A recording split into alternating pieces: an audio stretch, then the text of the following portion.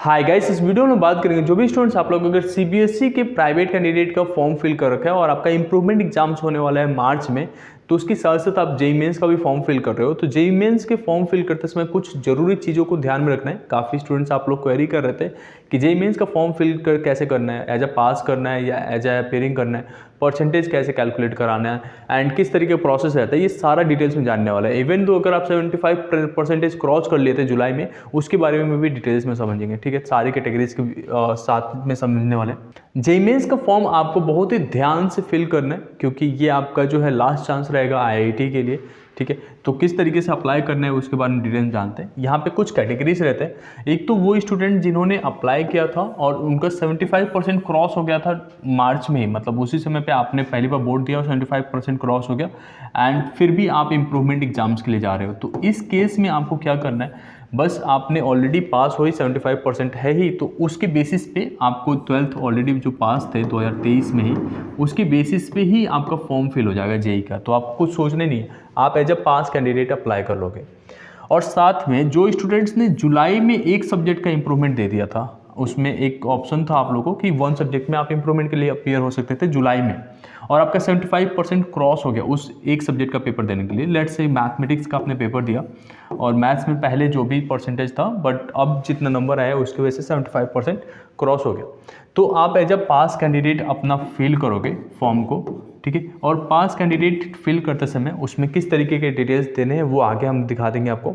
ठीक है, तो पास कैंडिडेट के तरीके ही अप्लाई करना है और उसमें जो परसेंटेज, लेट से पहले मैथ्स में आपके थे 33 मार्क्स, जस्ट पास थे, बट इम्प्रूवमेंट के बाद से आपको आ गए इसमें 78 मार्क्स।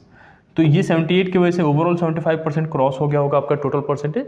तो 78 मार्क्स के वजह से आपको परसेंटेज कैलकुलेट करना है और 70 जितना भी परसेंटेज आएगा वो आपको डाल देना है। ठीक है, एंड आपका इम्प्रूवमेंट अगर आप मार्च में देने वाले हो 2024 में ये, ठीक है, तो इस केस में आपका जो है अभी जो फॉर्म भरने वाला है जेईई मेंस, उसमें भी आपको एज अ पास कैंडिडेट ही अप्लाई करना है, बट 75% से कम है।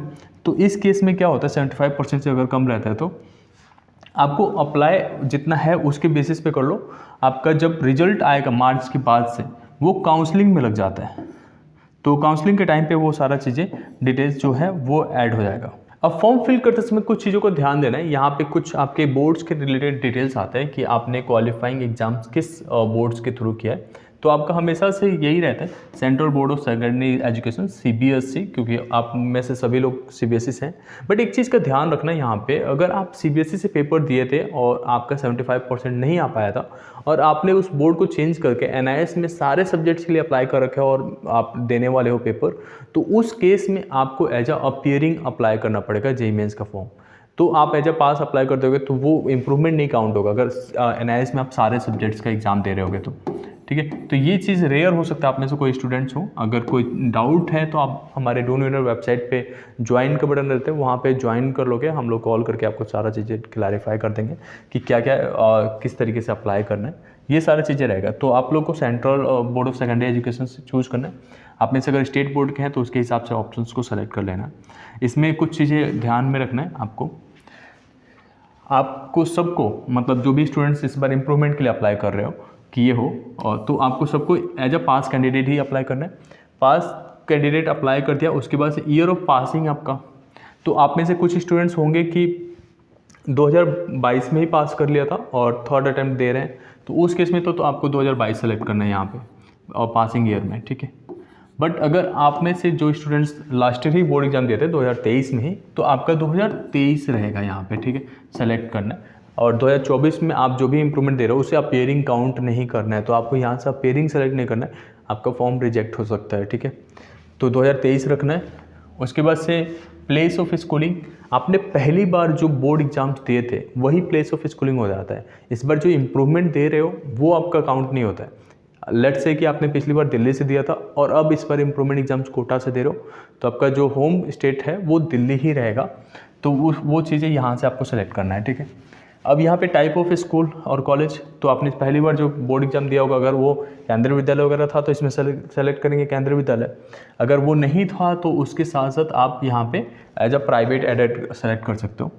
उसके बाद से क्वालिफाइंग एग्जामिनेशन स्टेट, तो इस स्टेट मैंने बताया कि दिल्ली रहेगा आपका। प्लेस ऑफ स्कूलिंग भी सेम उसी तरीके से डिस्ट्रिक्ट सेलेक्ट कर सकते हो। एंड क्वालिफाइंग एग्जाम डिस्ट्रिक्ट यहाँ पे सेलेक्ट करना है। तो डिस्ट्रिक्ट्स आपने सेलेक्ट कर लिया। उसके बाद से स्कूल बोर्ड क्या था, जैसे CBSE, तो CBSE सेलेक्ट कर लिया। अब यहाँ पे स्कूल का नाम आता है, तो क्योंकि आप एज इस प्राइवेट इस बार दे रहे हो इम्प्रूवमेंट, तो वो चीज़ के बारे में नहीं सोचना, आपका इम्प्रूवमेंट भूल जाओ। आप जो फॉर्म फिल कर रहे हो वो आप 2023 में जो पास हो गए थे उसके बेसिस पे ही कर रहे हो, ठीक है। तो वो चीज़ यहाँ पे रखोगे, जो स्कूल से आपने 2023 में बोर्ड एग्जाम दिया था। उसके बाद से उसका कॉलेज का एड्रेस क्या था, स्कूल का एड्रेस, वो यहाँ पे मेंशन करना है। और यहाँ पे आपके स्कूल का पिन कोड रहेगा, ठीक है। तो ये चीज़ें आपका क्लियर है, इतना तो आराम से कर सकते हैं। उसके बाद से लास्ट ईयर जो आपका रोल नंबर था 2023 में, वो रोल नंबर यहाँ पे एंटर करना है, ठीक है। और इस बार जो आपको इम्प्रूवमेंट दे रहे हैं वो अलग रोल नंबर आते हैं, तो वो चीज़ को मैं आपको बता के कन्फ्यूज नहीं करूँगा। बस यहाँ पे 2023 के हिसाब से सारा डिटेल्स दे दिया आपने। जो रिजल्ट मोड था परसेंटेज ही था, तो परसेंटेज आप सेलेक्ट कर लोगे। बस इतना से यहाँ पे प्रोसेस रहते हैं।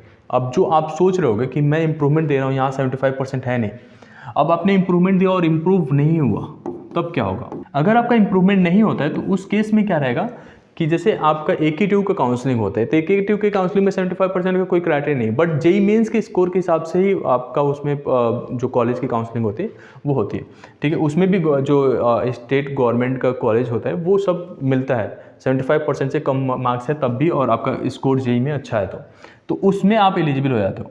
बट अगर ये चीज़ें आप अपेयरिंग में डाल देते हो तो उसमें भी आप एलिजिबल नहीं हो पाते हो, तो वो चीज़ का ध्यान रखना है। और 75% से ज़्यादा आ गया आपका, वो आएगा ही आएगा, आप लोग थोड़ा सा बस मेहनत करना है बोर्ड के लिए। 75% से जैसे ही ज़्यादा हो जाता है तो उसके बाद से आपको जो है, जब JEE एडवांस का फॉर्म फिल करोगे तो उस समय तक रिजल्ट नहीं आएगा, ठीक है। तो रिजल्ट तो उस समय पे नहीं आ रहा है, तब भी आपका फॉर्म उस समय पे फिल हो जाएगा, क्योंकि आपने यहाँ पे डाल दिए दोगे, एक ऑप्शन आपको मिल जाएगा फॉर्म फिल करते समय कि I have appeared for the improvement exam, वो चीज़ें हो गया। देन उसके बाद से जब JEE एडवांस का भी पेपर हो गया और वहाँ पे भी आप क्वालिफाई कर गए, तो आप काउंसलिंग में पार्टिसिपेट करोगे। काउंसलिंग में पार्टिसिपेट करते समय जब आपको सीट एलोकेट हो जाता है, तब वहाँ पे आपको डॉक्यूमेंट्स अपलोड करने पड़ते हैं सीट एलोकेट होने के बाद से। अब इनकेस अगर आप डॉक्यूमेंट नहीं सबमिट कर पाते हो सारा के सारा, तब आपका वहाँ पे सीट एलोकेशंस रद्द हो जाता है। बाकी सारा जो डॉक्यूमेंट्स आपका, जैसे इम्प्रूवमेंट हो गया तो 2 मार्कशीट आपके पास हो सकते हैं या 3 मार्कशीट हो सकते हैं, तो 2 मार्कशीट को आप इस तरीके से अटैच कर दोगे PDF में, और PDF में अटैच करने के बाद से वो अपलोड हो जाता है वहाँ पे। और इस तरीके से लास्ट ईयर भी हम लोगों ने काउंसलिंग किया था, तो सारा प्रोसेस आप लोग को आगे भी बता दिया जाएगा। तो अगर आप पहली बार चैनल पर है तो सब्सक्राइब कर लेना, सारा इन्फॉर्मेशन यहाँ पर मिलेगा, ठीक है। होप दैट आपको ये वीडियो पसंद आया होगा। Thank you so much.